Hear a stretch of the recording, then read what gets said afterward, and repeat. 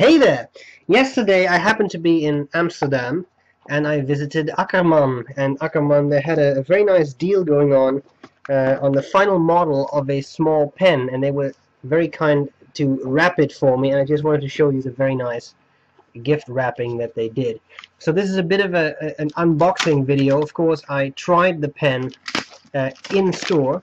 Very knowledgeable lady with whom I had a very nice discussion about flex nibs versus normal nibs, so she really knew her cookies, so to speak. And this is what I got. Now, this is a Delta Dolce Vita, and you know I have reviewed the Dolce Vita Oversize at some point, but this is its baby brother, and I'm going to show you the two side by side later. But first, let's just see what was in the box. First of all, there was this little information brochure, like a little catalog, and then there's the box, and out of the cardboard sleeve comes this nice black box, which is very smooth. It's a bit like velvet. You open it up, there is a little guarantee card. There is a you have a 14 karat solid gold nib. That's what this little thing tells you. Then there is the cutest little box of cartridges, and then there is the pen, and it's really small and it's very cute, and we're going to have a look at this pen. But first I'm going to clean it and then I'll return. Okay, so I have cleaned the pen because we dipped it in ink in the store and then I wrote with it, so I wanted to make sure there was no ink left in the feed or the nib. I did find out that the nib and feed are friction fit, which is nice for cleaning. You can just pull them out straight. Okay, this is what I'm going to do. I'm going to cover the parts of the pen. I'll tell you what I like about it, what I don't like about it, and then I'll do a writing sample. But first of all, the Dolce Vita Mini truly is a small pen. This is the Delta Dolce Vita Oversized, which is clearly a similar model, except one is considerably bigger than the other one. So one could say this is a lady's pen or a pocket pen, whatever you like. The two pens are very similar, so if you are interested in this pen, if you think it's too small, check out my review of the Oversize. Alright, let's cover the parts of the pen. The very top of the cap, right there, the finial, there is this Delta logo, which is a small nib. Everything in this pen, as I said, is very small, so I hope my camera can pick it up. Here we have the clip, and I like it a lot because it has a little wheel, and that little wheel makes it very easy to put this pen in your shirt pocket, and it will not rip out or rip your shirt to shreds. Okay, at the back end there, the cap, it says Delta Dolce Vita, and below there it says 5683 Italy, because Delta numbers all of their pens, even when they're not limited editions. Here we have, I'm pretty sure this is actually gilded. I think it is on the Oversize anyway.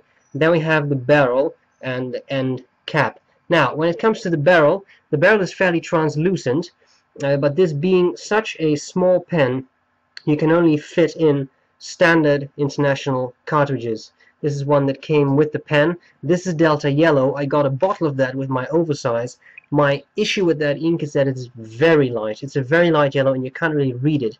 Although it can be fun to use that, I didn't want to use that for the review, so I inked it up, and I inked it up as an eyedropper filled pen. So I just took a pipette and I just put ink in the barrel, which is possible with the Oversize, and I think it's possible with this pen as well. But be aware, there is quite a bit of metal at the section, and that could rust. So be careful of that. I have used my Oversize as an eyedropper filled pen for years, and I haven't had a spot of rust, but you know, just a warning.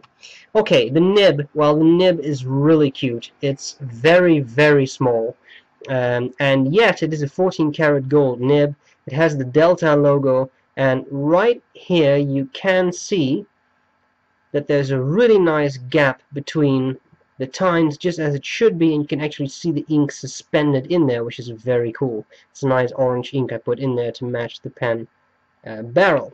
Okay, other things it says medium.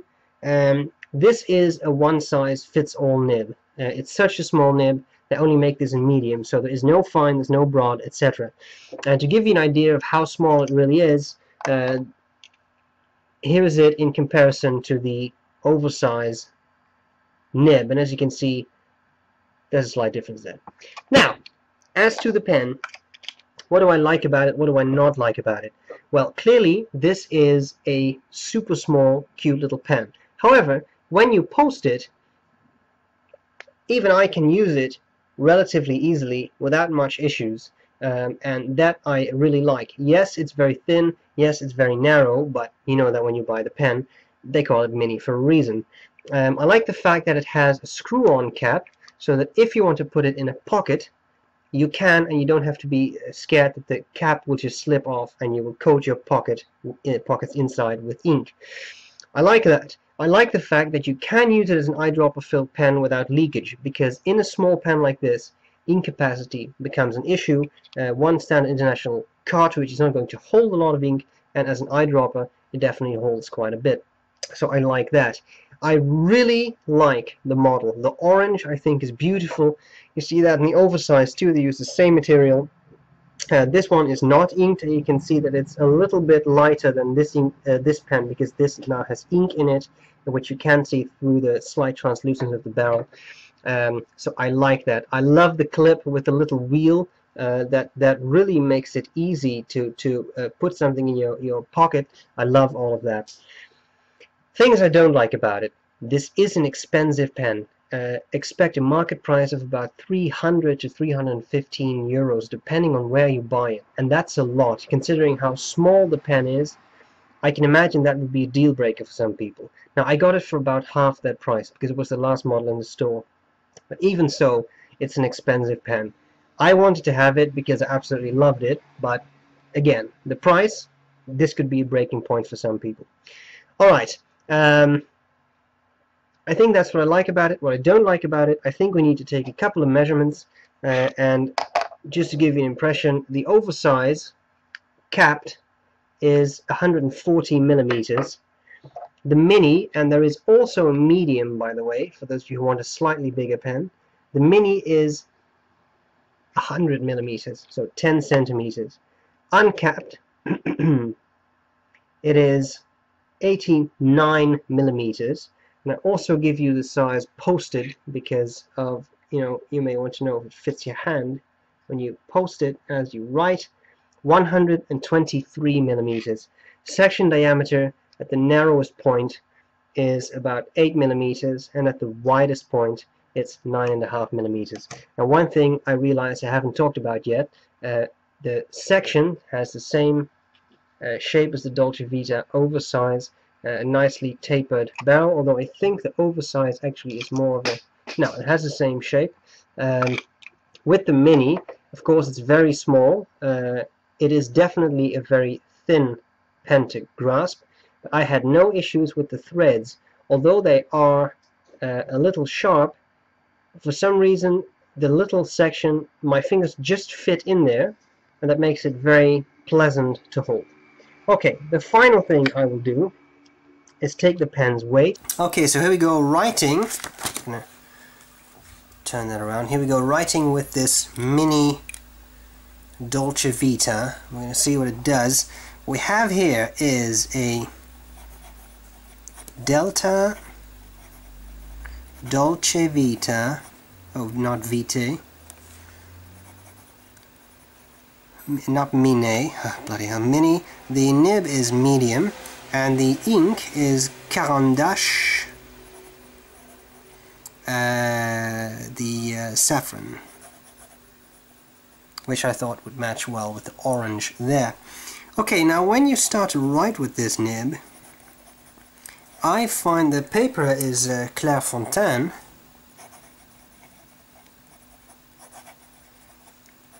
It's a very nice, smooth writing experience for such a small nib.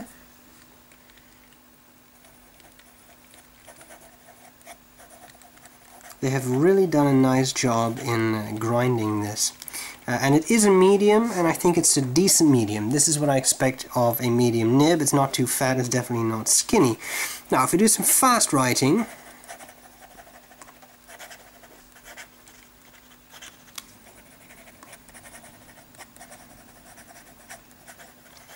no skipping, nothing, very nice, consistent ink flow.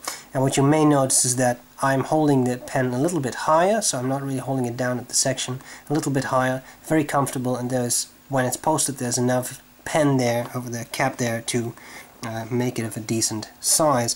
Also, the cap posts securely. That's a big thing, because in a pen this small, if it falls off, which is something I had with the Stipula Passaporto, for example, that's actually a big thing, because then it's hard to use the pen. Okay, let's have a look at some line variation. First, the wetness. I think the wetness of the pen is definitely quite nice. As you can see, you get a fairly decent, nice, wet line out of it, which again is quite nice for a medium nib. When it comes to line variation,